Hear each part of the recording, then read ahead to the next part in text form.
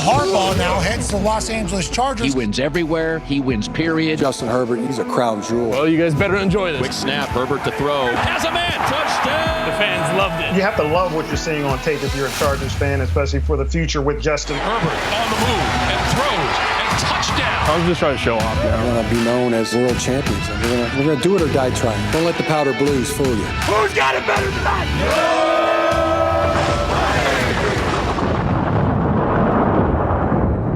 What day is it? What's going on here, folks? Welcome back to the Charger Chat. I'm your co-host, Wolldog, sitting with my buddy, Kev Huggin Duggan. Hey, happy anniversary. Is it our anniversary? Let's not forget Kyle the Coach Duggan. 400, boys. How's it feel? 400 episodes. A lot of coaches, a lot of players, a lot of good times. Yeah, a lot of dick jokes. We've been a lot of dick jokes. Yeah. Oh my God, folks. Well, too many. It is our 400th episode, and there's not a ton going on in the Charger world, so this might be more about us than it is about the Chargers, but that's okay. We've got a Craig experience lined up for you. It wouldn't be a 400th episode without a Craig experience. No, gotta have Craig. He's been with us forever. Yeah. And we've got an Ask Boltfam lined up for you as well. So let's waste no time. Start at the top. It is our 400th episode, as I did mention. And for our 400th episode, we all felt, not just me. I don't want to do this. We should take a look back. Kyle didn't feel it. I really don't want to do this. Well, because it's interesting. And we'll look back at our first episode, but our logo was completely different. Oh, yeah. Yeah. Not bad by any stretch, but it was just it was clearly like it was 2019, what do we man. do? Yeah, it was just a different era, different time. No, but it's awesome to look back because apparently I didn't know this. Kyle apparently kept the receipts on our Facebook group. We had a Facebook group upon creation of this podcast. And what was the date? That June 17, 2019. And who started this? Who made this happen? Truly. Yeah. Truly. And then I stepped away. I put the create button, and then I just stepped back and watched you guys go to town. Yeah. Because Kyle put out, all right, I'm going to read this. All right, just throwing this out there to see if you guys are interested, ? You are the only people I know that lived in San Diego and have continued the same passion for our, all caps, team. I am just looking for something that is going to push me into another level of fandom. Not looking to make a living out of podcasting, haha, but having something pushes me to look deeper into the team, then break down games and off-field issues will be fun. Don't know exactly what this will look like, but thought it would be fun little outlet. This is my first year not coaching at high school, and I need a football hobby. And you can all thank Kyle for this podcast. If you like us, so you can thank Kyle. I will point out, I gave that a thumbs up. You did thumbs it up. You did thumbs it up. And it was seen by everyone. By everyone. Oh, they didn't have the thumbs middle button. They didn't have that button. Oh, my God. And what's even funnier is trying to figure out, what do we call this show? And then I chimed in with some terrible It didn't advice. take long, but you did come out the gate. It's bad. There's not guessing this. This is going to be an embarrassing episode for us. Yeah, which is fine. I'm all for embarrassment. Yeah. Bolt Country is what this could have been called. Let's ride. Is what this could have been called, folks. This could have been called Bolt Country, and Kyle's like, get Josie's creative and witty input on it. That was a nice way of saying she'll have that was a nice way of saying idea. Yeah, nice way of saying that's not it. Ask your wife for something better. That's not it. I don't want to get this up on the wrong foot on day 2, but that's not it. Day 2, yeah. Not to be mean, but day 2, you're coming in all hot. No, I don't like your input at all. I did not like that one. I did not give that one a thumbs up. I got a thumbs down. And then I came back with Charger Chat, and I did the research because I was like, wait, if we're gonna call this, because there was other Charger podcasts that were already out there, alive and well, couldn't call this a lightning round or anything like that. We wanted to come up with something new. and Charger Chat. And there was only one Charger Chat that existed prior. It was some college Charger Chat. High school. Yeah, even high school. They had like cares about 4 high school? videos and like 3 subscribers. So I was like, all right, we got this. Charger Chat. And there it is. The rest is history. Kyle's like, I like it, Kev. Sounds good. There it is. Charger Chat. So it's pretty funny that we've gone this far. This was June 2019. Yeah. Almost 6 years ago. Yeah. Wow. From inception to... Well, what did it sound like? You guys think we've gotten better? Well, let's you be the judge. go back. Yeah, because I don't want to do this. Interesting. I don't think our first episode is available to the public anymore. It's only, it might not, it's audio only, so it might be on our podcast, but we migrated between hosts. I was going to say, I tried going back to see like if it was even available, and it's not. So good. Here you go. So for your exclusive listening ears, folks, this is what it sounded like back in 2019. Can we preface this a little bit? Oh, we were fumbling around. We didn't know what we were doing. Kyle was Adam. I was hosting in this. Yeah. Obviously I was the brainchild behind all of this. It made I created sense. it. Yeah. Yeah. So I tried to jump in and be like, you guys, you don't have to do too much. Just come do this with me. And then after one episode, I was like, I'm out. If you guys want to do this, I gave you a little taster of what this would look like. I love that it went from, oh no, you guys don't have to do very much, to you do everything. 6 years later. Yeah. Our Mondays I still don't know. exist. I don't even know how would you upload an episode 6 years later. Yeah. Oh my God. Well, let's listen. Because some people know that I have a podcast that I've done for a while. They'll come ask me for like tips or like stuff that we use. I'm like, nah, I got nothing, buddy. I'm sorry. Let me get you the name of a buddy get of mine. good calls. Yeah. I get care packages. I don't know what this shit is. Yeah, I don't know, dude. Wrong guy. Well, let's go back to that first episode. Let's see what that would have sounded like, shall we? Oh God, no. You're listening to episode 0. I'm honored to be here with my big brother, one of the main influencers for me to become a diehard Bolt fan, Kevin the Catalyst Duggan. Catalyst. Kevin the Catalyst. I gave you a nickname right off the bat. Yeah, you came out swinging. I didn't even know. Yeah, there's no hugging. We didn't have hugging. Hugging doesn't exist in 2019. No. Right? Well, and what's even crazier, guys, I'm so happy we're doing this, and God, I love the Chargers so much. And our good friend Adam the Voice Woolley. The voice. Weird. I don't like you were already Wolldog. Why did I try to change it? we had the Catalyst, we had the Voice, and we had Coach. God, I'm gonna have to bail out here soon if we keep going much longer. Let's just see where this goes. I'm like, just run it for I'm like hot. I'm like, you can also find us on Instagram under the tag Charger Chat Podcast. Today we wanted to give a rundown of our love for all things Chargers and explain how we got to where we are and starting this podcast. How we have maintained our commitment through the many ups and downs of recent years. It was a prepared statement. We are 3 loyal. It's a prepared state. Let me address the public. It was before even like AI, so I didn't even have ChatGPT to help me. No, this was 100% Kyle the Coach Duggan right here. This is pen to paper. There was no computers. And devoted Charger fans that all got our start driving down to the ragged and rundown Qualcomm Stadium to watch our beloved Bolts. Even though we were hurt by the move north, this is a pro-Charger podcast. Although we may not always agree with the decisions made or even the plays called, we'll always back the powder blue.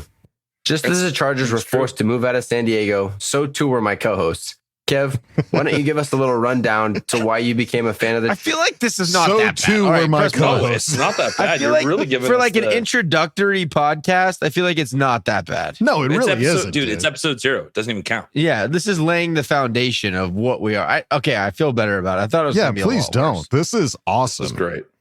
This shows everybody that, like, hey man, if you want to start a podcast, first one's not going to be great. Don't get me, but keep going. We need to upload this to our YouTube. Well, why don't we put this up? No.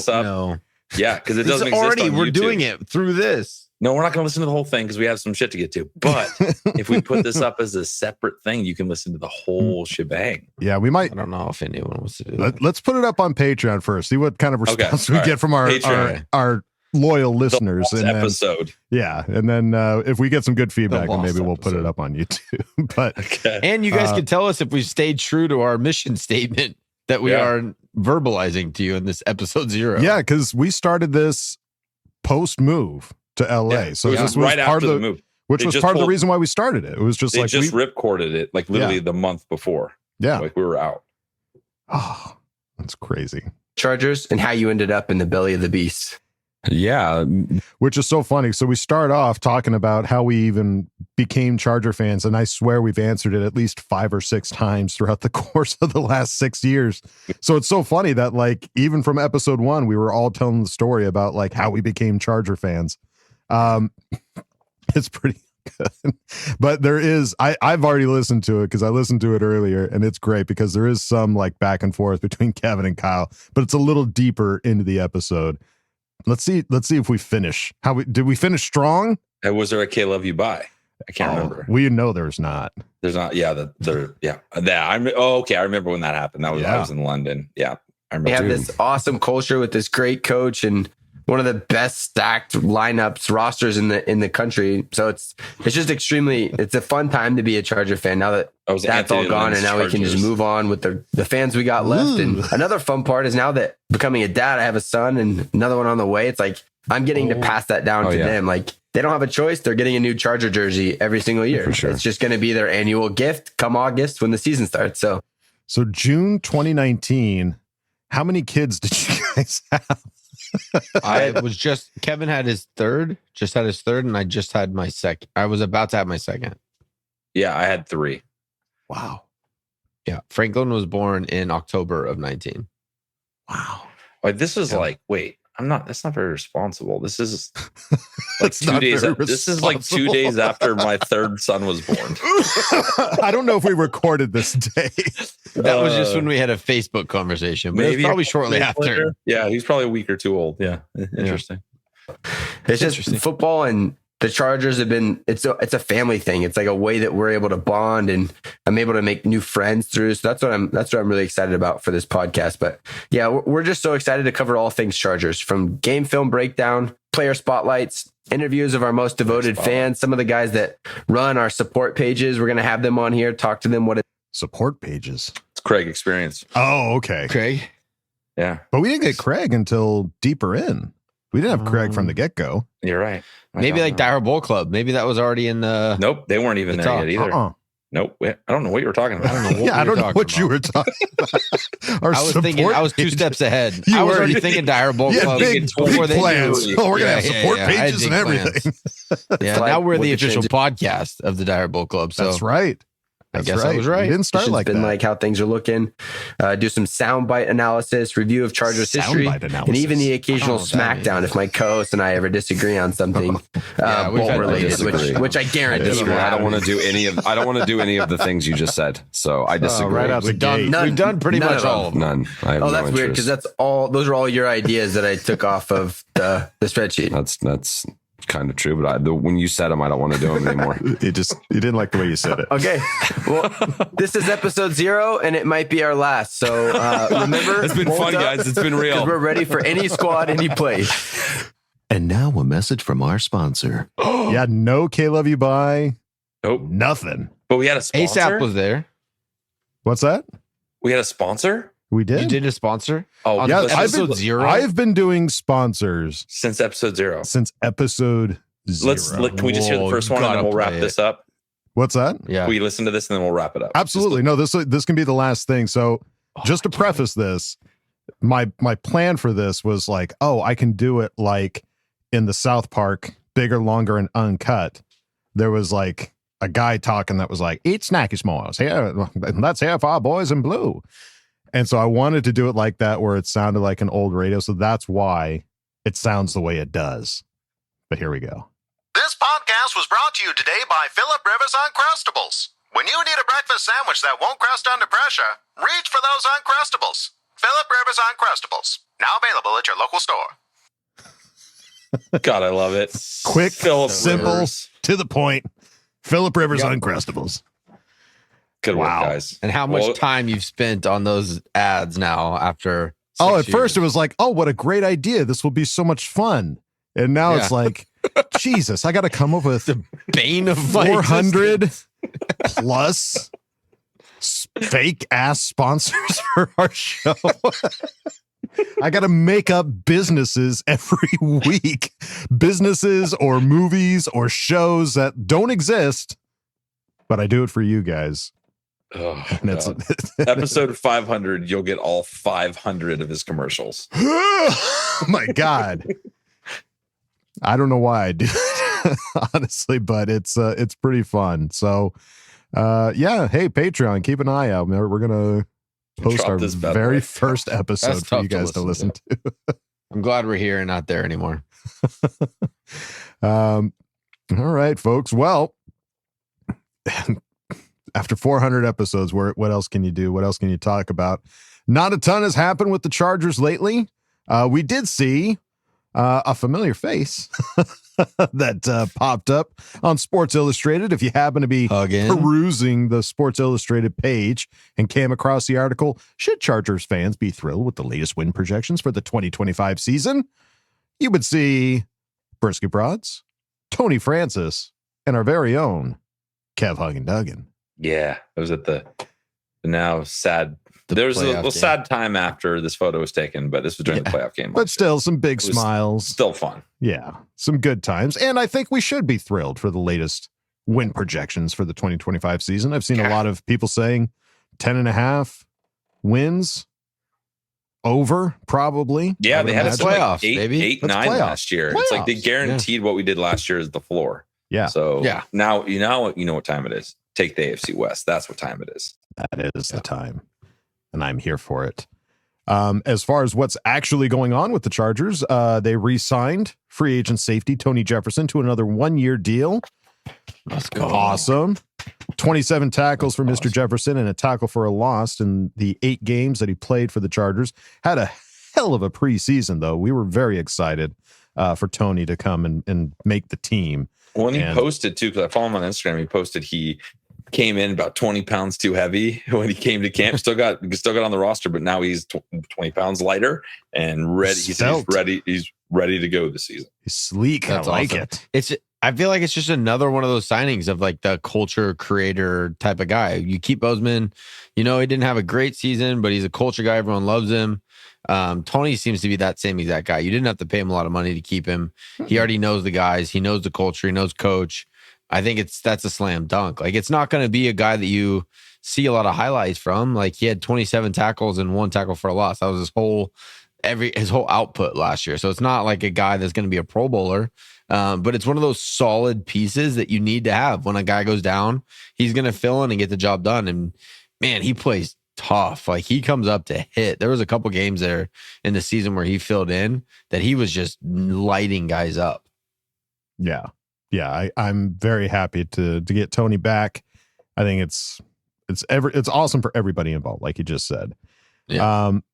And boy, Mike Williams, please, ever since coming back, has been just teasing the hell out of the fans that follow him on any social media. And we saw in the interview that he was like, the question was posed to him, "Hey, you gonna get Keenan Allen back?" He's like, I don't know. I'd like to. And then after playing some golf, we saw that he played some golf with Keenan, posted on his Instagram stories, Run It Back Turbo, with a picture of him and Keenan. And what's even better is Keenan reposted the same story. Did he? I did not see that. He did. Part. Yeah, he reposted it. Yes. So he's got to come back. I don't know if they're just having fun playing with our emotions. Wouldn't surprise me if that was the case. But boy, that'd be cool to have him back. He probably came out. He did that golf tournament. He saw the new facility. He met some of the guys. That's what I think happened. But just put yourself in Keenan's shoes. He's already come out and said he doesn't want to go somewhere new. It's Chicago or LA. That's kind of what he's come out and said. Do you want to go to a place where you're rebuilding culture? You were dog doo-doo last year. Like there's hopes that they're going to be better. They spend a bunch of money on a bunch of free agents. Or do you go back to a place where you're going to be a hero? Like you're going to be welcomed like a hero coming back. You know, like we will lose it if Keenan comes back. He'll then be able to retire a Charger. He gets to take Ladd McConkey under his wing and train him up for a year or two. He already knows Justin Herbert's going to get him the ball. Like it's not like Caleb, if he has the right line. No, even when Justin doesn't have an offensive line, he still gets you the ball and you go for 1,000 yards a season. So in my mind, it's like, as long as he's willing to accept what we're willing to pay him, it seems like a slam dunk, no brainer to me. I feel like it might be interesting if it was a 1-year deal. Like a 1 year, like nice amount for 1 year. It's like, hey, let's see how this goes. And then that's what we do. And then it's open. I feel like that's what we did for Mike. That's what we should do for Keenan. Just kind of build this out for a year and see what happens. Like, we're taking a shot at this thing. Come join us. Yeah. Well, that seems to be the methodology for the front office, and especially Joe Ortiz, is signing a lot of guys to 1-year deals. And I would be very happy if Keenan decided to. Oh God, I would be so happy. I don't even care what it means for the cap space or the future. I don't care. Just give me Keenan Allen back for 1 more year. That would just be poetic to lose both of those guys for 1 year and then to get both of them back the following year. And I would love to have a Charger that like comes out and before the season says, "This is my last year." I feel like we've never had that. You know, like Phil didn't have that. He went to the Colts. He was never willing to quit. LT didn't have that. He went to the Jets. Like he wasn't willing to say, "This is my last year." Give me like a farewell season with one of my like childhood Chargers so that I can like process it and like say goodbye properly. Enjoy every play. Right. Yeah, exactly. That's what would be beautiful. Well, I think we would all want that, Kyle, as much as we want our sponsor this week, Underdog Fantasy. Nothing beats March basketball. Bring the fun of a bracket to every game day by making entries on Underdog. Do you want to win up to 1,000 times your money? Do you, punk? You can with Underdog. To play, choose whether a player will go higher or lower on one of their stats like points, assists, rebounds, and more. You can play with as little as $1. And if you get everything right, you can win up to 1,000 times your money, so you can turn that $1 bill into $1,000 just with your hoops knowledge. Now, for a guy like me, my hoops knowledge, that $1, I might as well just throw it out the window. But if you've got some hoops knowledge, you can make some things happen. Do you guys have hoops knowledge? If Vegas was any indicator, we like to believe that we do, but we don't have. We're more football guys. I understand. And baseball's coming up. I know baseball.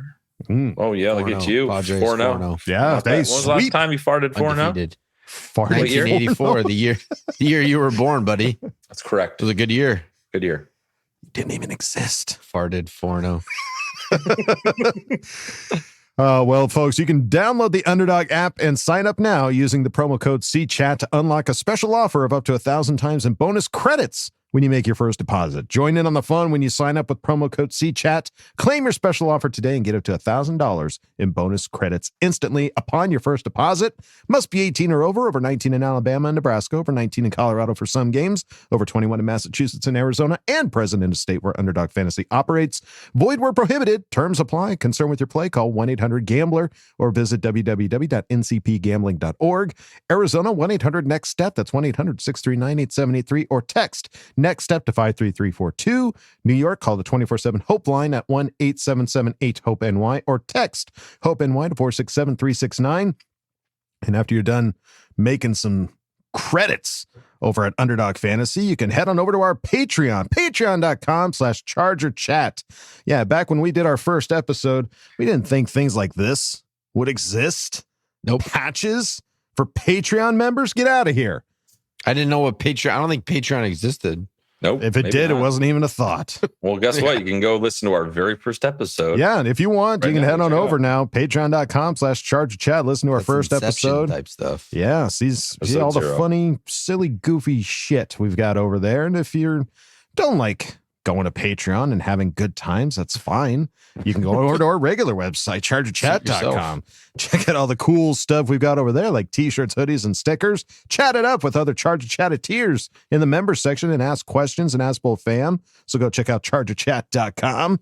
And if you happen to be watching this on YouTube, hit that subscribe button. It means the world to us. It really helps us out. It's easy. Please. Yeah.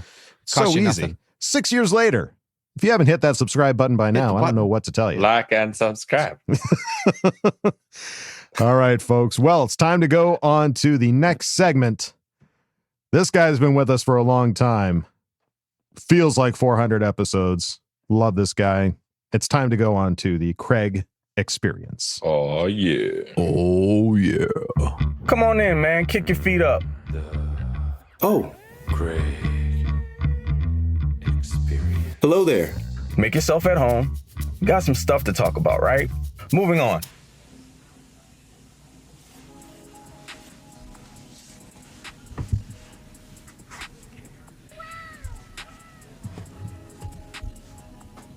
What's up, folks? How we doing out there? CC gang, what's going on? The biggest of salutes to the rest of the Bolt fam. What's poppin'? You got Craig in Texas, and I'm back with another edition of the Craig Experience, but I feel like something else is supposed to be happening today. I can't quite recall. I don't know, 40 plus, sometimes things escape me. Oh yeah, speaking of the number 4, happy 400th episode to the Charger Chat. Wow, what a milestone. These guys have meant a lot to me here in the last few years, giving me my first opportunity to hop into podcasting, specifically because this was not my thing. I'm kind of an introvert, believe it or not. And these guys got me out of my shell a bit and invited me onto the show, and the rest has been history. So I want to say thank you to you guys for everything and continued success. But let's talk a little bit more about the off season here. I've been away for the last few weeks, so I haven't really given you guys my thoughts on some of the signings, but also we're less than 4 weeks away from the NFL draft. By the time you're seeing this, just over 3. So there's a lot to talk about there as well. And we'll touch on that a bit too, but throughout the weeks as we get closer, we'll get more in depth on that. So again, y'all know what it is. It is the Craig Experience, and we should get into it, shouldn't we? Let's. Now, if we've been paying attention here, there are 4 specific things, and I'm calling them the 4 Ps, that I think should stand out to every Chargers fan that's kind of curious about the direction the team is moving in and where the organization has been going since the new regime has walked into the building. And for me, it boils down to the 4 Ps. Pretty simple. Let's start with number 1. It's the plan. And I know that Chargers fans were in an uproar at the beginning of free agency. I mean, I'm not going to lie. I was a little concerned, just a bit. We knew the Chargers had a ton of money to play with, and we were looking at, or for them to go after some of the bigger names. And even though it wasn't necessarily in free agency, like let's say specifically the wide receiver position, because that was all the talk, they were attempting to go after DK Metcalf, but they were outpriced by the Steelers. And Joe Ortiz and company weren't going to give up a second round pick and pay over $30 million per. Just wasn't going to take place. And they were also in on the Devontae Adams sweepstakes, but were outbid by the Rams as well. So it's not for lack of effort, but more so about just being prudent with the funds and not overdoing it. And that's how it's going to be moving forward with this leadership. You guys just have to be prepared for it. It's never going to be about spending the most money on big time free agents. Ortiz is kind of following that Ravens blueprint. They're going to supplement holes and fill positions in free agency, and they're going to build through the draft. So just be prepared for it. This is how things are going to work throughout the years to come. You might see them make some moves via trade during the season if they feel like they're a couple of pieces away, but this is just how they get down. So now you kind of sort of know what to expect moving forward. Now, the second P is the process. Definitely can tell the team was looking to reset the foundation, so they've done that. And then they're going to build from the inside out. So you'll see a lot of interior defensive line, offensive line moves, because the game is definitely won in the trenches. On top of that, you're going to bring in players with something to prove. Probably going to put them on short-term deals, as we saw here last year and this season as well. You'll sift through those guys, keep the ones that prove themselves to be like difference makers. And if they're priced out in the open market, then you let them walk and you get some comp picks and you continue that building cycle. So it's just all a part of the process. So get on board, because like I said before, this is what you have to look forward to. And it might feel like it's a bit long and drawn out, but the first ones to the party aren't necessarily the most successful. You see a lot of these teams that win in free agency that don't necessarily walk away with much at the end of the season. It's all splash and dash, and it's great to win in free agency, I guess. I mean, gets your fan base pumped and it's exciting. But if it doesn't yield anything in the postseason, then, what'd you actually do? Except potentially put yourself in a really... let's put it this way, a less than ideal cap situation moving forward. So you're kicking the can down the road and you find yourself trying to negotiate new deals and having to rob Peter to pay Paul. It gets really, really strange. So again, just trust the process. It'll get there, just might not happen as quickly as you'd like. On to the third P, the players, because they're the guys that get it done on the field. I think that this staff is going to continue to bring in guys that aren't necessarily the most polished, and continue to coach them up and hopefully get them to overachieve. But this can only be done with rock solid coaching staffs, which is what the Chargers now have. It's one of the reasons why the Spaniards spent all that bread to bring in Harbaugh and his crew. So this kind of lends itself to those one-year deals that I was talking about that we saw that took place just in this past season, and what we're also seeing during this offseason as well. But if we're going to talk about some of the guys that were signed here in free agency, let's start with Najee Harris, right? I'm going to be completely honest with you. I've never been the biggest Najee Harris fan. I always felt he was really overrated. No disrespect to him. The dude can ball. He's always just been missing a little bit of that juice that I like my running backs to have. But it's all about like skill sets, archetypes, and how they fit. Now, when I realized he was on the Chargers' radar as an off-season target, I didn't love it, of course. But with the signings that took place afterwards, the picture became a little bit more clear, and I feel completely different about it. I mean, what do we know about Najee? 6'1", 240-pound hammer, and he's tailor-made for heavy gap and power schemes, but he wasn't asked to be the lead back in a power scheme while in Pittsburgh. There he was more zone heavy, and that doesn't necessarily align with his archetype, which may be why I didn't love him so much as a player, because he was running in a scheme that didn't really necessarily fit his skill set. But we know that's all about to be flipped on his head in LA. Harbaugh and Roman are going to turn him into the battering ram he was always intended to be. The dude's only 27 years old. He has yet to miss a single game in his 4-year NFL career, and he'll be very motivated to make the most out of this 1-year deal. So you know what to expect there, and I wouldn't be surprised if he has a career year, and we'll see what happens long term after that. Next up, another interesting name, Deshaun Hand. And for some people, may not be that big of a deal, but I was a fan of Deshaun Hand during his time at Bama in the league. I mean, what he's been is an interior D lineman that has played a significant role against the run. And early in his career, things started off pretty well. But, it's sort of been marred by inconsistencies, and a lot of that's been driven by injuries.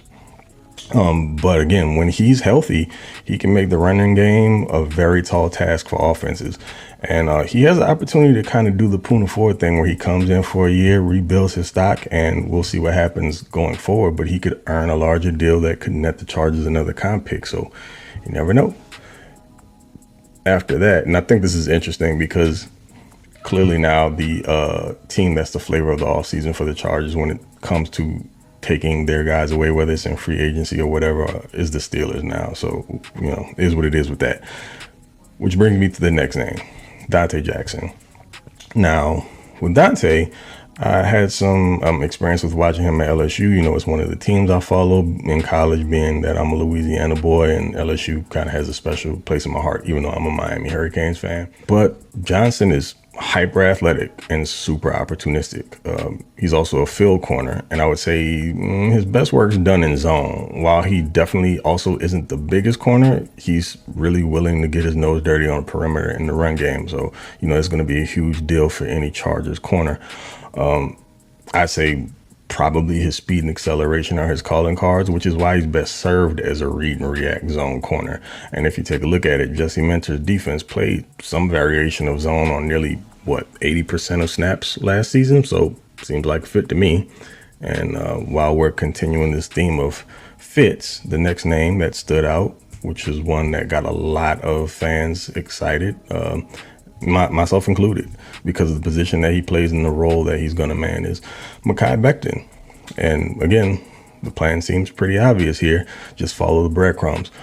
Or in this case, the collective 680 plus pounds of mass standing at 6'7" and 6'8" respectively between Becton and Joe Alt. And now the Najee Harris signing starts to make even more sense, right? So Becton's coming off of like his best season of his career. He's also now a Super Bowl champion with that win from the Philadelphia Eagles and that trouncing of the Kansas City Chiefs. Thanks again, you guys, for doing the Lord's work. But, you know, Becton's career started off not great. I mean, after being drafted in the first round, I mean, he was also, you know, selected as a tackle by the Jets in 2020. His career never really lived up to what it was billed to be until he found new life and a new role in Philly. I mean, just thinking about what's going to happen on the right side of that line between he and Alt is just mesmerizing. Just thinking of it gets me going. But he's also really athletic for his size. And saw on tape he just consistently wrecked defenders at the second level. That was really a huge catalyst for Saquon Barkley's ridiculous numbers on the ground last year. Health has kind of sort of been an issue of his in his first 4 years in the league, but let's hope Ben Herbert's system of training does what he intends and makes Becton much harder to break. And then there was Andre James, who came in here most recently, and we're talking about a guy who went from being a top 10 center in the league in 2023 to almost unplayable in 24. And a lot of that had to do with the Raiders doing Raider stuff. And they tried to round peg, square hole a dude and switch schemes and were running much less gap and more zone. James kind of found himself the odd man out. I mean, not just because of performance, actually, but also because the Raiders drafted a young interior stud in Jackson Powers-Johnson. You know how big of a fan we were of him coming out of Oregon last year. But now, you know, he looks like he's the future at the position for them going forward. So James now has an opportunity to come in and compete and, you know, maybe find himself a starting position in a scheme he was previously successful in. And the last guy, well, who came in? Was it Conklin or I don't know? The last two signings getting, you know, kind of swapped in my head there. But however it went, we know he's here. Tyler Conklin, tight end. And when I see Conklin play, I just look at him as being dependable. We're talking about somebody who's going to be a very, very good bridge tight end to whoever the Chargers bring in and groom moving forward. But he's not just going to be a placeholder. I mean, again, he's just super dependable. He's not much of a blocker or a great overall athlete, but the dude catches virtually everything. And I like the way he battles in contested catch situations. And this cannot go overlooked. The man had 51 receptions, 450 yards receiving and 4 TDs in the mess that was that Jets offense last year. So got to give him kudos for that. And for the final P, the fourth P, the picks, as in draft picks. That's going to be the lifeblood of this team and what will ultimately determine success going forward. But this is where Joe Ortiz's experience with like the Ravens organization under Ozzie Newsome during his time in player personnel and as GM benefit the Chargers the most. Ortiz has an intimate understanding of player evaluation and scheme fits. So, I mean, he's been trained and prepped by the best in the biz to get the job done following this exact model. So I have no doubts in my mind that it's going to work. Chargers are going to be successful. They're going to be a very deep team, as you can see that they're trying to do. And they started that process by, again, supplementing through free agency and filling holes there. And they're going to hit on their draft picks. And it's going to be a very strong trench team. So you're going to have to earn everything you get. And guys are going to be disciplined on the back end. You'll see some really good linebacker play. You saw Deion Henley take the step forward last season. And again, Brandon Staley, you're an idiot. But that's not what this is about. And folks, we have a lot to be happy about and looking forward to. This team is on the rise, and I expect nothing but greatness moving forward. You got the head coach to do it. You got the staff to do it. You got the GM to get it done. And mostly, ownership seems to be staying out of the way. Don't know how much more you could ask for. But that's going to be it for me on this one. I appreciate y'all for joining me. And again, guys, bravo. Big salute on number 400. And here's to 400 more. And I know everything's going to keep going swimmingly. And to the rest of the folks out there, y'all know who I be, Mr. TOP_FLYT3 over on Twitter, X. Did Elon really sell X to his own AI company? Some billionaire talk. I'm not qualified to have that discussion. Whatever. Anyway, that's not what the show is about. But hey, if you guys are interested in more draft talk and prospect breakdowns, I'm doing that over on the Lightning Round podcast, where I'm also a co-host. So check us out over there. I just did a breakdown on my top 5 running backs, and on X I also posted my top 10 list with some funny notes next to it. So give it a peek when you get a chance. But again, I appreciate y'all for joining me here. Y'all know who it is. And until the next time, see y'all later. Be good. Love on your loved ones. And Kay, love you. Bye. Well, Craig. Thanks, brother. Thank you, buddy. 400 episodes in. I can't picture this podcast now without Craig. No, he's been around for that long. He's been around for a long time, because I reached out to him on Twitter with the offer of a collaboration on So September. if we started this June 2019, you reached out to him September 14th, 2020. So we were a little over a year into in a it. pinch. And I And said, wait, hey, what Craig, was your interaction with Craig before this? We were just over going Twitter. Just going back and forth during games. Like, he was always really funny and just like going back and forth. I was like, this guy rules. So I just messaged him, hey, Craig, want to reach out. We were starting to line up people to be on the podcast. Wanted to reach out and see if you might be interested in coming on. He said, absolutely. Let me know when you guys would be interested in connecting. Wow. It's our boy, Craig. Look at you, Craig. You say you're an introvert. History.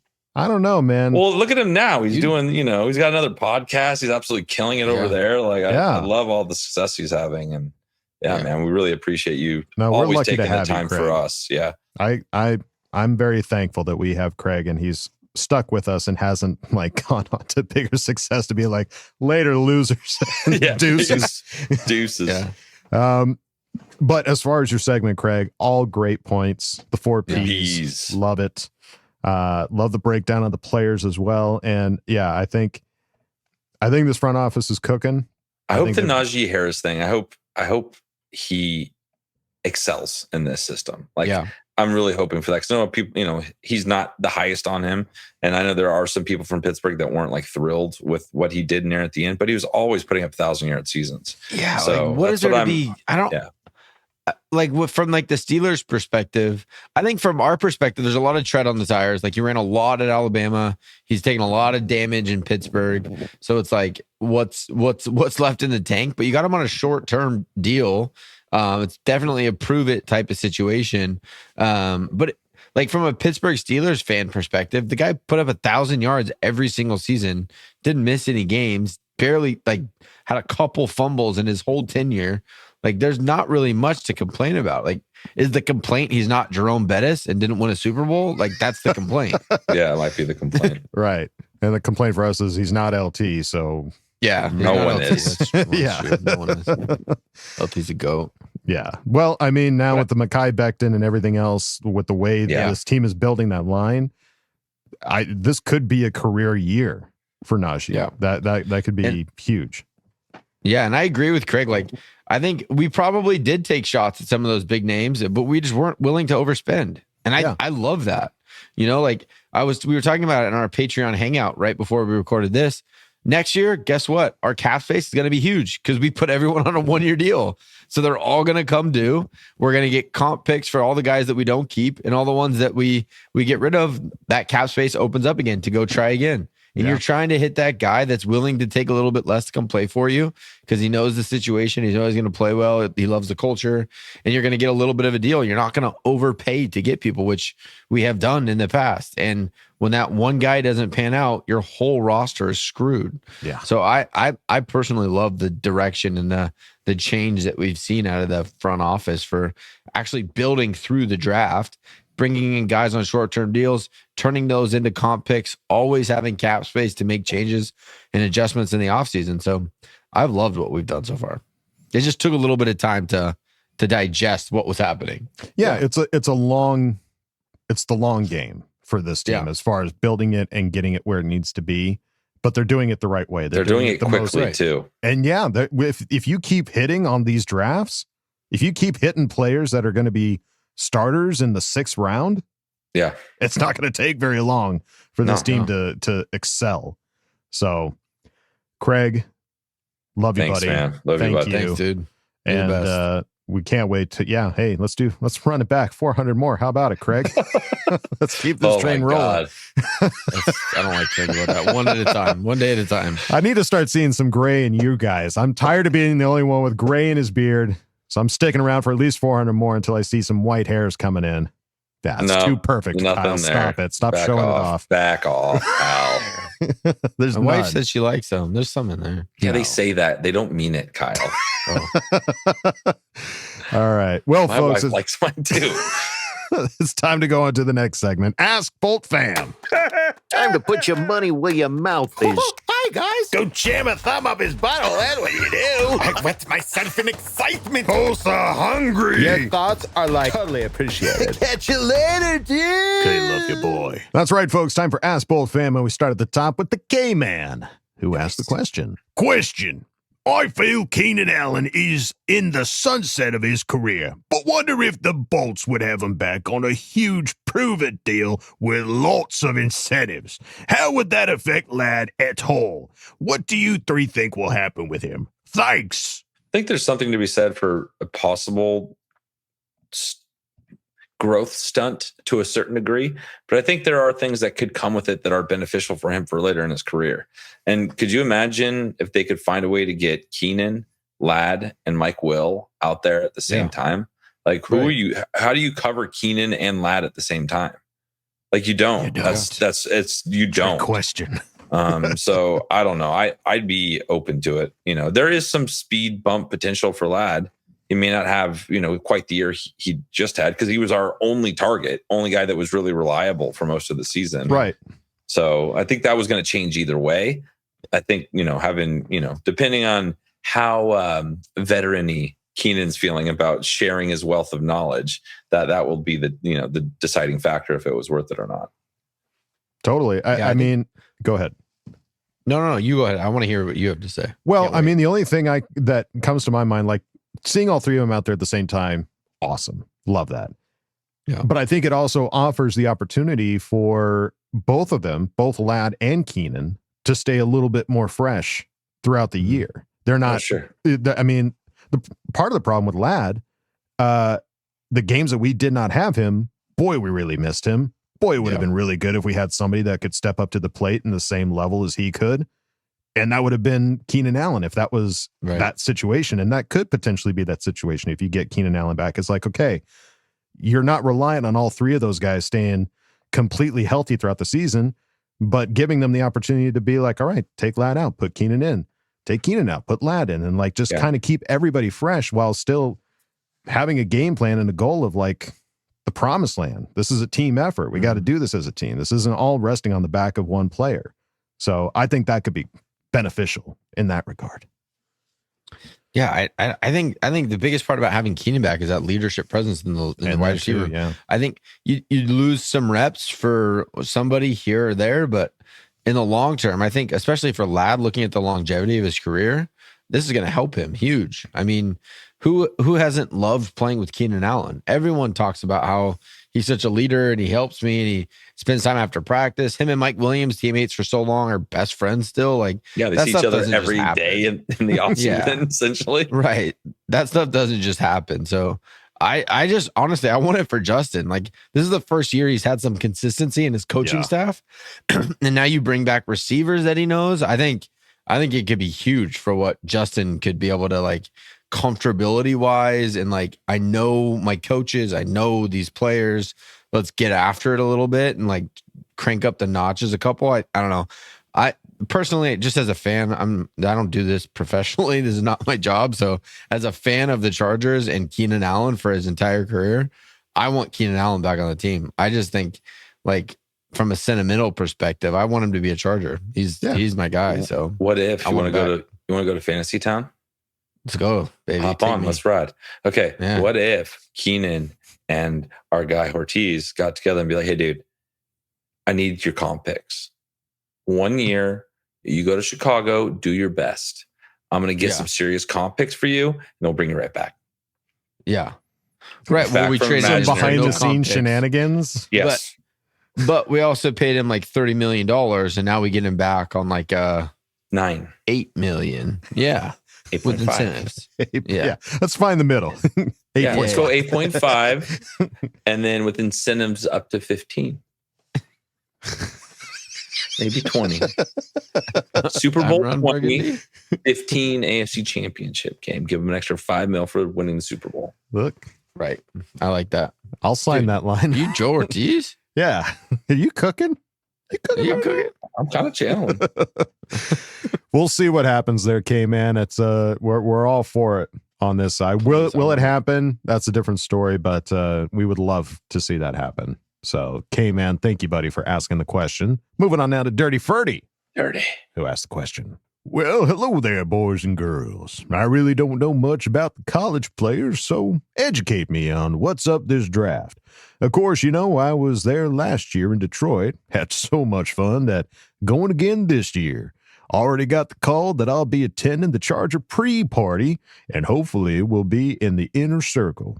And since Kevin hates Colston Loveland, which is who I want, what do you think we will do? So question, Kevin, give me a crazy optimistic approach on trading up on what we would give for that amazing player we need, who we trading with, and who we taking. Kyle, give me the realistic view on who will be available at 22 and what's our best approach. And my sexy, snuggly, fuzzy bulldog, if we trade back, what's our approach? What will we take to move back from 22 and who we taken in their place? K, love you, bye. Good work, Ferdy. Nice to hear from you on Ask Boltfam, dude. Yeah, dude, and have a blast at the pre-party. Hell yeah, dude. Kevin and I went. What's up? Yeah, when it was in Kansas City, it was a blast. They had raffles and giveaways.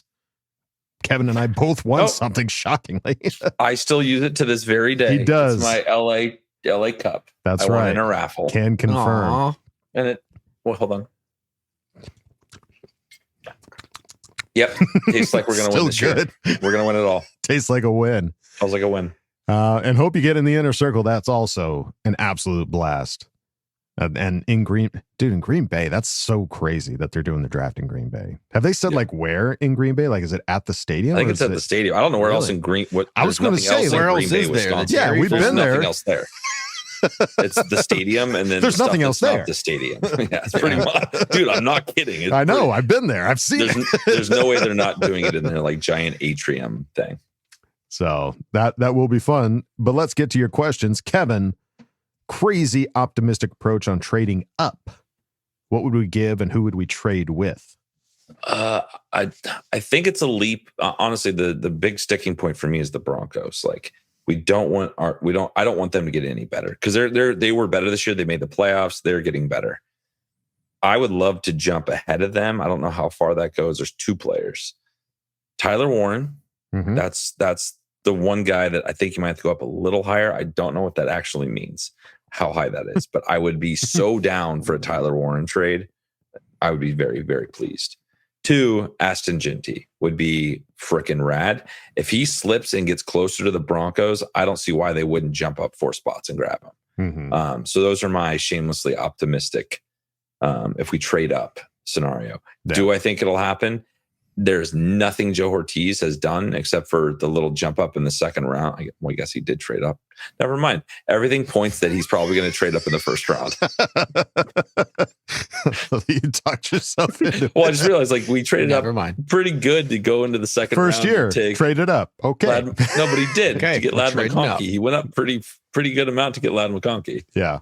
So I would be we're surprised trading up. if we. There it is. It's Yeah. solved. I would love to get Janty. Don't get me wrong, but after signing Najee, I would be shocked if we traded up to get Janty. But I think it's the best available. Like Absolutely. if he's there, Yeah. if he's there, dude, like Najee Harris isn't him.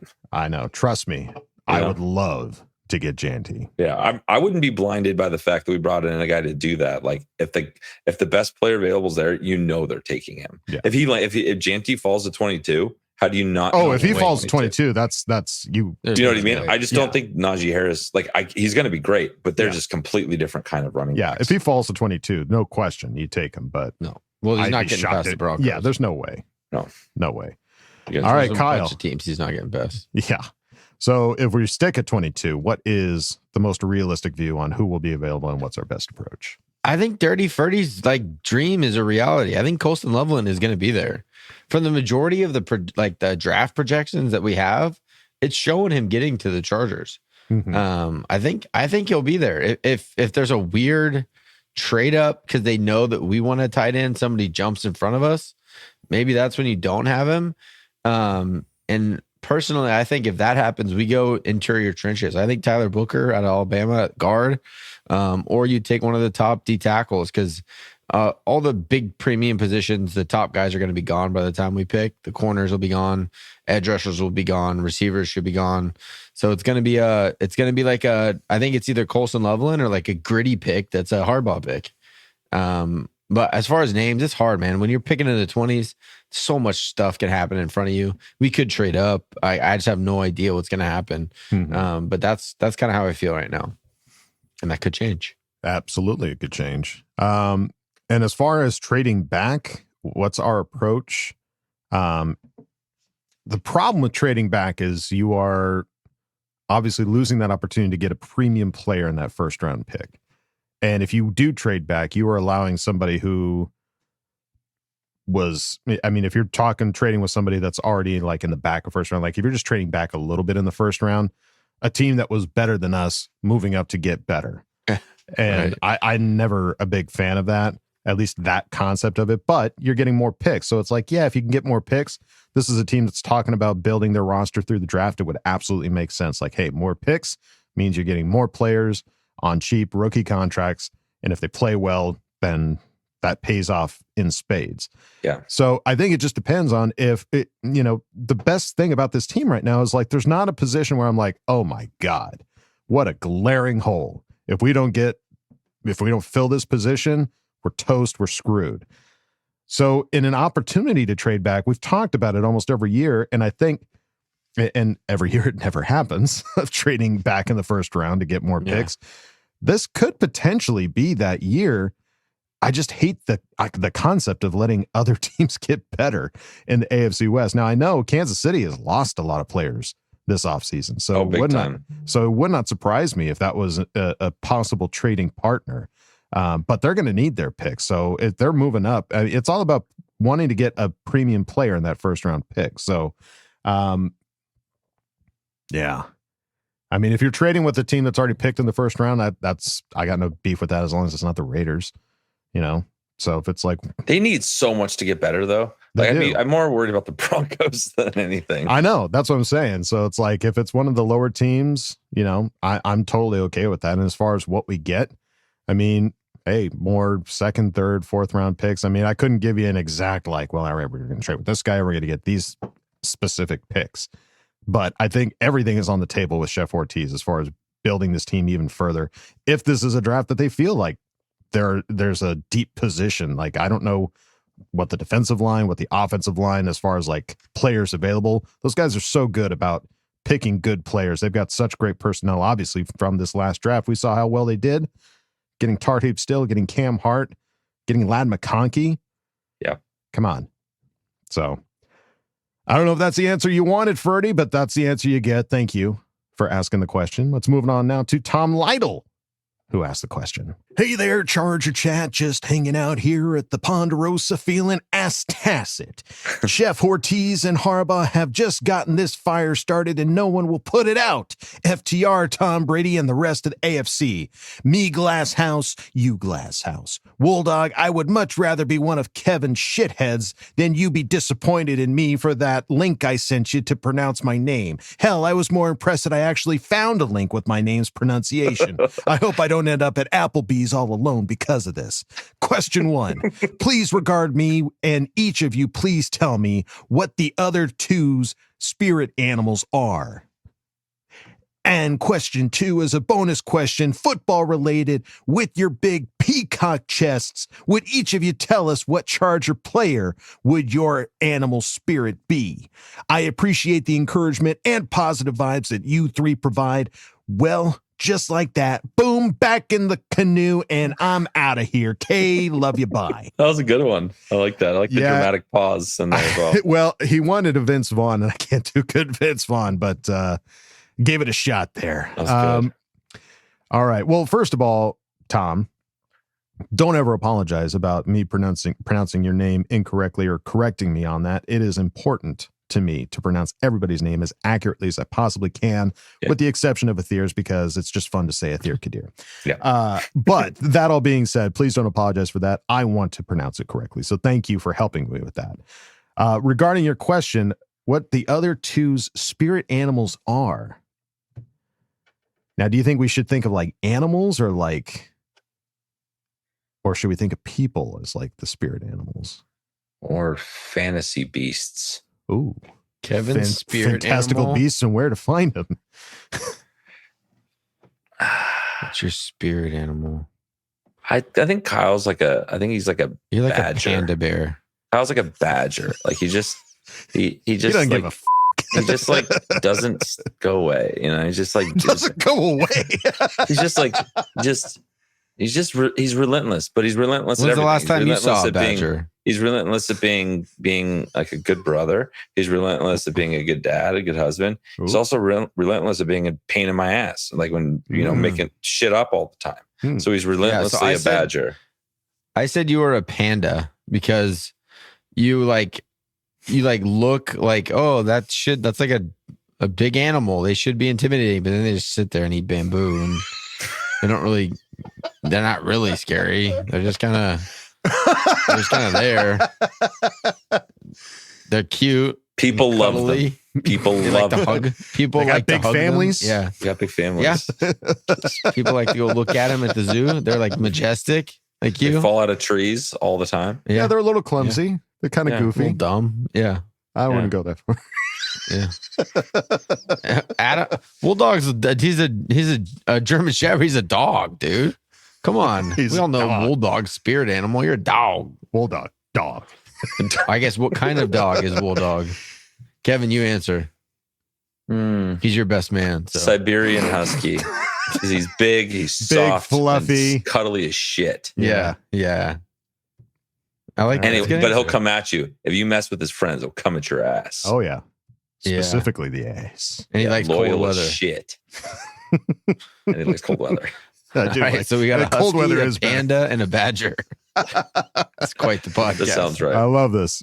All right, and then football related. What would each of you tell us what your Charger player would be your spirit animal? I think this one we can think for ourselves. Like, oh, that's my spirit. Current. Let's go current. Sure, I'm Okay. down for that. Just to shorten All right. the list down a little I bit. got it. Yeah, Go ahead. Ticker the kicker. Because he's so clutch. He always nails it How's when that it matters you? most. That's He's just crazy. funny all the time. He's so Yes. laid back, so chill, so cool to be around, fun to be around, hangs out, total vibes. You have a very. it's a good skewed answer. view I of like yourself. that. That's how I That's a feel good about answer. myself. Good answer. Well, I think for your spirit animal, it's not like who do you relate to. It's just like who do you? Yeah, That's- it's like that's who do you me. want to be? yeah. That's Yeah, me. yeah, yeah. Chill, rad vibes. Okay. Chill, rad vibes. Do you have one, Kyle? I can't think of one. You go first. I'm thinking. For me, it is tough to pick one because there's so many good guys on this team, just good characters. I would say for me, my spirit animal is probably Scott Matlock. I think that adds up for a guy that can be as versatile as he is, playing in so many different positions and just happy to be there. Great golfer, TV star, does it all. Yeah, does it all. And yeah, Scott Matlock, spirit animal. Cool. Good answer. All right. So now that I know a little bit more of what a spirit animal is, more of like who you want to be, not like this is a direct indicator of who I am. Okay. Yeah. Okay. Yeah. Okay. Perfect. So Dicker the Kicker makes perfect sense for you, Kev. I'm gonna go with Khalil Mack. Nice. All right. Here's why. Hear me out. So although I talk a lot on the podcast, in real life, I'm much more of a quiet person like Khalil is. He's like, sure, you want to ask me questions, I'm not going to answer much. But he's also like that like veteran presence that's like has some authority to it. And that's how I see myself in my household. So I'm the Khalil Mack to my sons. Don't talk back. Max coming. Yeah. Max. Yeah. You'll see some action. Yeah. All right. Tom, thank you, buddy. Thanks, Tom. Great question. For asking the question. Let's move on now to Manuelito Pedito, who asked the question. What up, party people? Do you think the Chiefs' legacy will be over this upcoming season, or will the refs continue to help them win?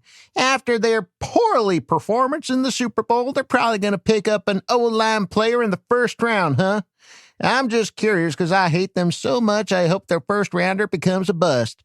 There's a guy at my job that's a Chiefs fan, and he would fingertip draw the Chiefs logo onto people's cars' dusty windows in the parking lot, and I told him if I were ever to see that on mine, I will hop on his rooftop, drop my pants, shit on it, and fingertip right shithead on the dusty window. Don't tempt me, bitch. That's why they call me Pedito. But anywho, so what do you guys think of getting Jordan Birch, defensive end out of Oregon on the 3rd round, and Jake Major, center out of Texas in the 4th? All right, guys. Thug love, party people. Thug love.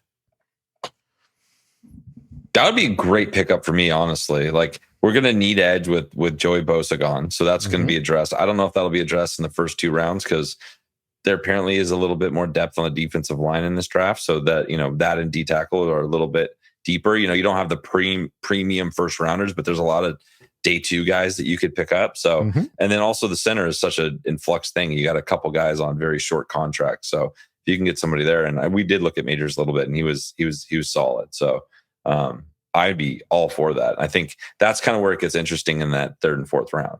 That's where you really start to build your team and get guys that can produce. And if you can find a third round pass rusher, and then you go interior offensive line, you go tight end, then you go do something bigger in the 2nd round. That feels great to me. Sign me up. Didn't one of us do Jordan Birch in the mock draft? Not from my recollection. Maybe he was there and we thought about him, but yeah, but it sounds like a guy that's in that area. And I love the idea. I can't remember the last time we took like a pass rusher in the 3rd, 4th round. It feels like it's always 1st, 2nd round guys. Yeah. There has to be guys out there that are hungry and ready to go. Give me all the Oregon Ducks too. We have a great track record with the Oregon Ducks. Quack, quack. There you go. And I think the response of shitting on the guy's car, I think that's appropriate. Man, I don't think no court in the world would convict you. No one. And if they do, I will be a witness for you. Yeah, we'll be key witnesses, character witnesses. Let us know your bail. Thank you, buddy, for asking the question. Let's move on now to Brandon, who asked the question. The season wasn't easy. The Chargers went up against the big dogs, Patrick Mahomes and the Chiefs, Josh Allen and the Bills, Lamar Jackson and the Ravens. Every win felt like a battle. Every loss a painful reminder of what they weren't. The Chargers stood at the edge of the abyss, but each time they fell, they got back up. Herbert threw a touchdown pass to Ladd McConkey, or Najee Harris would break free for a crucial score. Defenders like Derwin James brought the heat, setting up the pieces bit by bit. The NFL powers sneered. They won't last. But the Chargers were quietly building momentum. And in their locker room, something changed. The team began to believe in the impossible. My question, what's your prediction for Najee? How many yards and touchdowns? FTR, FTB, FTC, boobies, SMB. K, love you, bye. All right, so there's a chapter 2 from Brandon. He gave us the first chapter. I think he's willing this storyline into existence. I like it. And I'm here for it, Brandon. If any of this comes to pass, it's going to be exciting. Yes. But as far as your question, predictions for Najee, yards and touchdowns? I got it. 12-12. 1,200, 12. 1,200, 12 tutties. 12-12. I like that. I guess it kind of depends on what we do in the draft. If we pick up another back, If Najee's the obvious, clear that's guy. your goal line, dude. Najee Harris, we watched his highlights, dude. His goal line work is it's good. I think the 12 touchdowns is solid. I just think if you go early in the draft on a running back, I think the 1,200 yards could be in question. That could be in question. I think he could be closer to the 800 to 1,000 if we have another actual thunder and lightning type of backfield. But yeah, I think with the roster we have right now, 1,212 touchdowns. If he's healthy, I think it's a pretty safe bet. Yeah, I like the 12 touchdowns. I might go a little bit over on the yardage because I don't know. It depends on how they utilize him, but I mean, this offensive line, him running in the backfield after seeing his highlights and a Greg Roman offense, I think that could be. I think we could see a bit more out of Najee. I definitely don't think sub 1,000. It would be weird if he had a sub 1,000 year. So right. Well, he's never done it. Exactly. So I think doesn't know how it works. That's the floor, and I think maybe just a bit above 12 is my prediction there, Brandon. Thank you, buddy, for asking the question. Let's move on now to Andrew Ramsey, who asked the question. Good evening, gentlemen. Your favorite caterpillar friend is here for more grinding adventures in the insect nightclub they call Repellent. As I grind my friend Bradley the Moth to no end, I have a few questions I would like you guys to answer from the inner depths of your cocoons. Let your beautiful butterflies emerge with this question and fly into the shamelessly positive airways of your listeners, where their ears will soon become the caves you will inhabit and create more offspring that will quickly be reflected in your Patreon membership. Here's my first question. Ooh, sorry, boys. I just felt the lightning surge through the depths of my anaprolegs and now have a new friend in Andre the Black Widow in front of me. I have a drive to do the tush push like no other and can see so many open holes up the center in the future. See what I did there? Now to the questions. What happens to Kamani if a running back is drafted in the first 3 rounds? What roles does he play on the offense after some flashes from last year with Najee being the lead back? 2, what would you rather see? Andre James be the future or draft a rookie center next year in the first round and park him behind Bozeman for about 5 games? Kyle? The war is alive and well. Take it away, Juice Francis. K, love you, bye. Ram Jam. Ram Jam. We just that's your new Ram Jam. That's your new nickname, Ramsey. Ram Jam. You're Ram Jam now. Come on and jam. And welcome to the Ram. Ram Jam. All right, what is he on about this episode? What do we got here? Would you tune out? All right, Kamani, running back. What happens to him if we draft one in the first 3 rounds? Competitors welcome, baby. He's the third. He's our third running back for sure. That's not a bad third running back to have. No. So it's what we've talked about off season. You're building a roster of guys that are good. You don't have giant drop offs. If you're like who's 2, who's 3, that's a good problem to have. You know, they're gonna fight for the spot, and if one guy goes down, the other one could fill in, and you don't lose a whole lot. So I see that as a great issue to have. Unfortunately for Kamani, that might cut into his snap count, but for the Chargers, I think it's a good thing. All right. And what would you rather see? Andre James be the future center for this team or draft a rookie center next year in the first round and park him behind Bozeman for about 5 games? Andrew just can't let off the center position. No, he really just can't. Locked and loaded on it. Yeah. Well, I think it's done. We already signed James, so it's already a done deal. Those 2 are going to be competing for the spot. I don't think they draft a center. I think they already looked at the draft class and go, hey, there's not a good center here. So we're not going to waste a pick on a guy that's not going to be able to turn into an NFL center. Mm-hmm. All right. Yeah. I think Andre James would be a great, if he can return to his better form when he was a Raider, that's great news. Yeah. It's great news. He's a good competitor, and I think the front office knows what to do with him. So it would not surprise me if he does polish end up that being turd, you know? Yeah. Mr. Ramsey, thank you, buddy, for asking the question. Let's move on now to Chilipino, who asked the question. Scenario time. The Chargers are playing in the Super Bowl. Who are your dream picks for the broadcast and play-by-play announcers, sideline correspondents, and the halftime show? Shout out to Bolt legend Kalen Balazs for the longest UFL run this weekend. Hashtag BTFU. Kalen Balazs, I remember that name. Yeah, Kalen Dude, Balazs. That voice reminded me. Do you guys remember the movie Three Ninjas? Oh yeah. It's available. One of the robbers? on Prime Yeah. right now. Yeah. I watched it with my boys the other day. Yeah. They were freaking locked in. The guys that talk like that were like hired to kidnap the kids are like, slow it down, slow it down, slow it. Fender bender.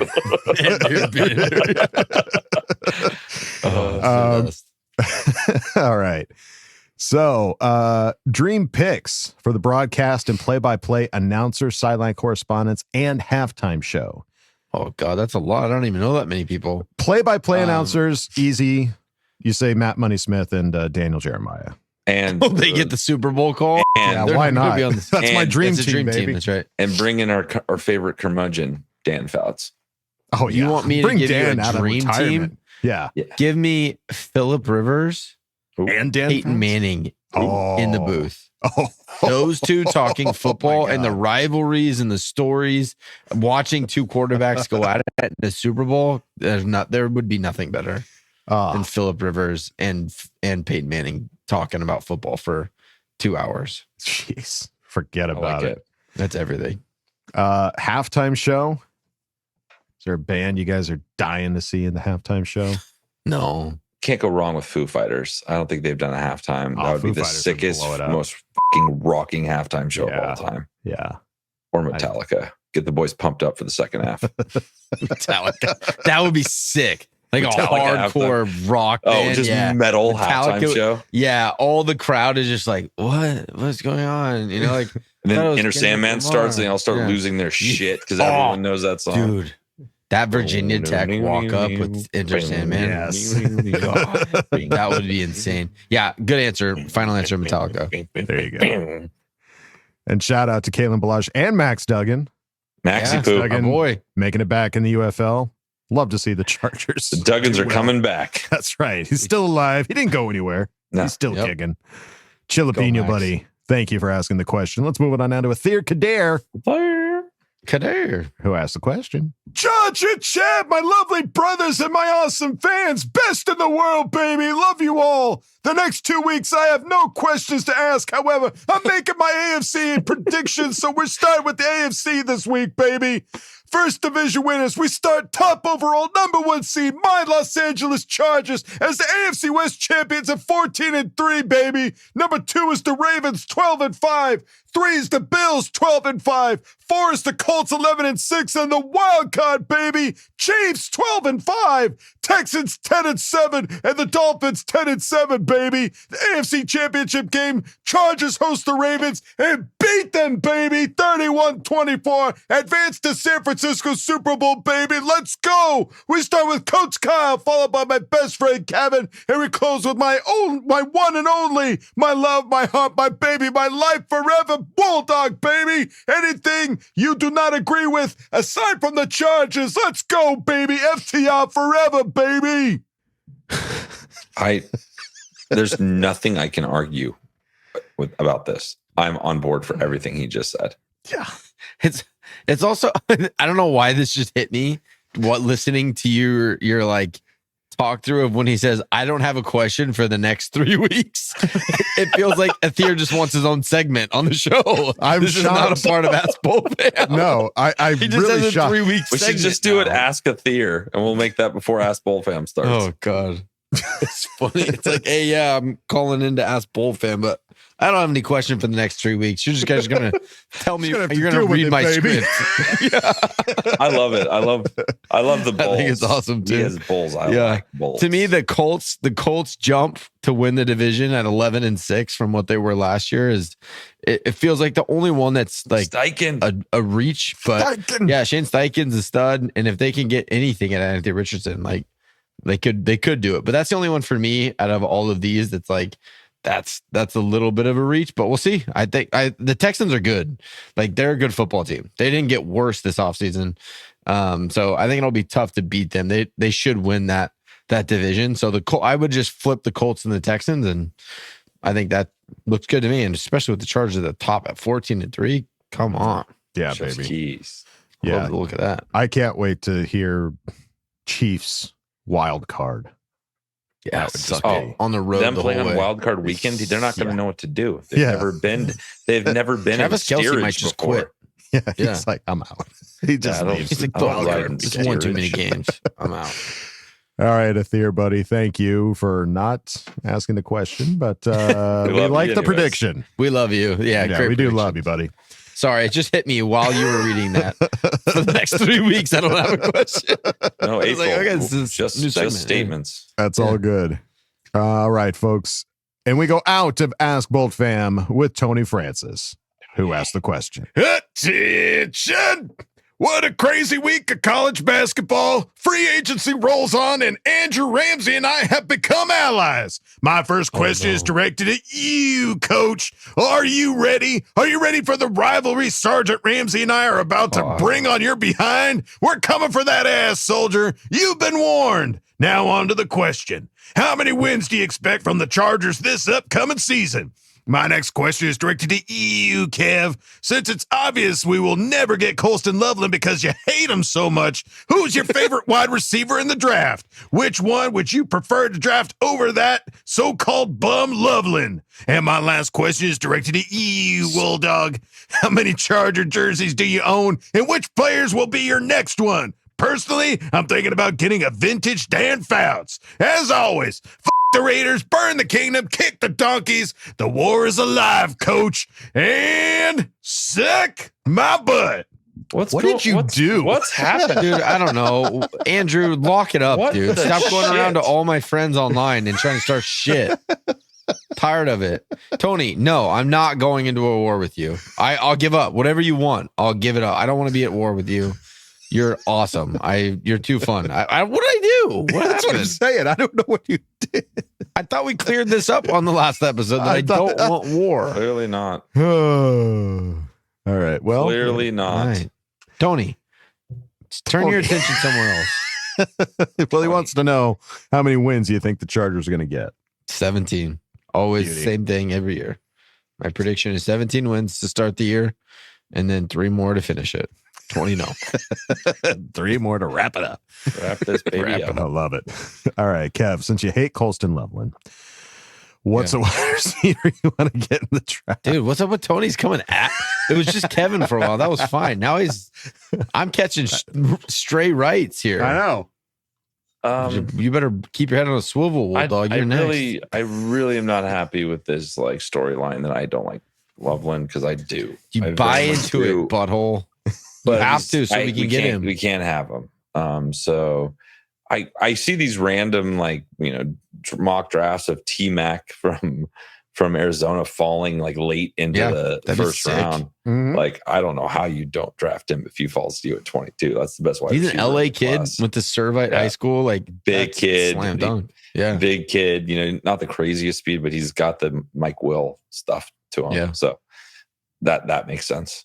But yeah, we'll never get Colston Loveland. Happy now. Thank you. Finally. Happy now. All right. As far as how many Charger jerseys I own, I haven't taken account, but I think I have at least 8 or 9, maybe 10 of varying, levels. Like I certainly had a Melvin Gordon one. I think that was one of the first ones I got. Salty Such tier a big seasoning. mistake. But I've definitely got a couple Phil jerseys, a couple Bosas, a couple Herberts. A partridge in a pear tree. I've got a Ryan Matthews one. That Oh, was nice. random. Throwback. I got a 24, and I got a knockoff one that I got at a gas station that is not official at all, and it's awesome. Touch of class. Gas But it's station, stitched. Ranch. It's stitched, but it is. the name you can always tell by the name on the back is so oddly big. Yeah. And I did get a Thule. I think the Thule was the last one that I got.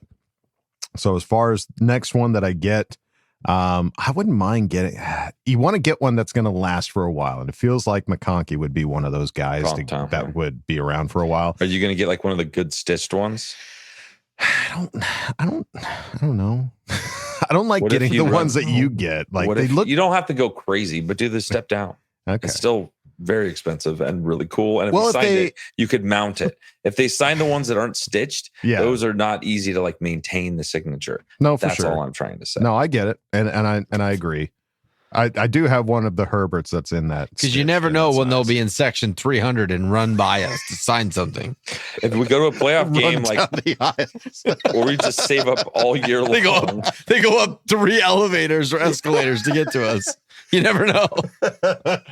We just need to save up all of our money. And we need to go to a playoff game like I did last year, and you get all the signatures. No, for next sure. time I'm going to wear 4 jerseys. Like I'm going to wear all my jerseys and just take them off for whatever players come.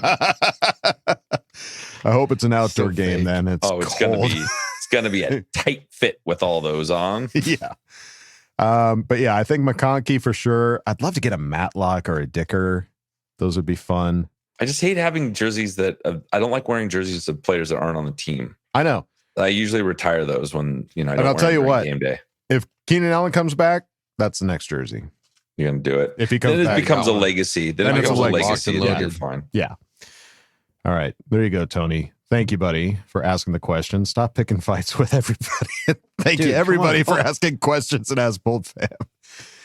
Tony, come on. Tony, don't go to Tony, I'm going to offer you an alliance to switch sides. You and I can both go after Andrew Ramsey because I don't even know what the beef is. Switch sides, come on my team. And now next week, I want your question to be hoorah'd at Andrew Ramsey. How about that? How about them apples? Whoa. Let's make this. You guys want to get in on this with me? Yeah. You guys join forces with me and Tony Francis? Adam, you have to decide. I haven't pissed off very many people yet, so I think I might stay out of this one. No, leave you out there on dude. your own Both of those guys take shots at you, so you have to pick a side. Wait, they do? Tony calls you out for hating Loveland. Andrew Ramsey just last week tried to start a fight with you. You got to pick a side. I'm pretty sure right he's being nice to me and playing into your thing that you made me do. Well, that's not how I see it. I think you should pick a side. Join me. This will help me get Tony on my side. I'm gonna go Sweden for a couple weeks. I'm gonna see how this plays out, and then I'll jump in at the end. Switzerland, the country you're looking for. Yeah. Sorry, blue eyes. Let's go Adam, Switzerland. Come on. I'll see you in a couple weeks. Don't leave me hanging. The country you're looking for was Switzerland. Switzerland. How much money did you put on that? $100. $1. Everything. Yeah. Oh, by the way, how's the Price is Right going, boys? Well, we're not in the same room anymore, so we haven't watched a lot. But we did watch that doc that you recommended, and it was good? awesome. Yeah. Oh yeah. The dude is he's the savant. Crazy. Yeah. To answer your question, Kyle, I will sit here, but if somebody comes at you, you better believe I'm gonna come a running. Oh yeah, They're both coming at me. Don't fuck around with my brother, but leave him alone. Playfully jab him, and it doesn't really affect very much. I might come at you, but I'm not sure yet. Like give me a minute. Episode is ending none so of that was weird helpful. for episode 400. You guys are both being pussies. Tony, be on my team. We'll join forces against Andrew. I don't even know why Andrew's mad at me. This doesn't make any sense. And Adam, let's have some popcorn and we'll enjoy this together. Yes, we'll sit back. Crazy. This is a multi-cultural war going on right now for no reason. This is crazy. I did nothing to Andrew. I didn't spend $1,000 to go to Carolina. That's why he's mad at me. This is crazy. This is insane. This is the episode 401. Ending to 400. All right. Well, folks, that's going to do it for this momentous episode of Charger Chat. Thank you all so much for hanging with us. Those of you that have been with us since the beginning, you know who you are. We love you guys so much. Thank you. Kisses. The best. Much kisses. And thank you for all of the years of support. And we will continue doing this until the wheels fall off or until Kyle and Andrew's war becomes too big for us to handle. Crazy. But that's going to do it for this episode of Charger Chat. Any final thoughts, gentlemen? Happy 400, boys. Happy 400. Woo. Woo. I don't have any confetti to throw. You still don't have graphics. 400 episodes in. All right. That's going to do it for this episode of Charger Chat, folks. Don't forget to bolt up because we're ready for any squad, any place. Okay, love you, bye. Okay, love you, bye. Okay, love you, bye. And now, a word from our sponsors. Welcome to the newest Chargers podcast, Bolt Country. We're really excited about this podcast to cover all things Chargers, from game film breakdown, player spotlights, interviews of our most devoted fans, and some of the guys that run our support pages. We're going to have them on here, talk to them about what it's like, how things are looking, do some sound and analysis review of Chargers history, and even the occasional smackdown if my co-hosts and I ever disagree on something. It's our first episode and it might be our last, but we're ready for any pod, any place.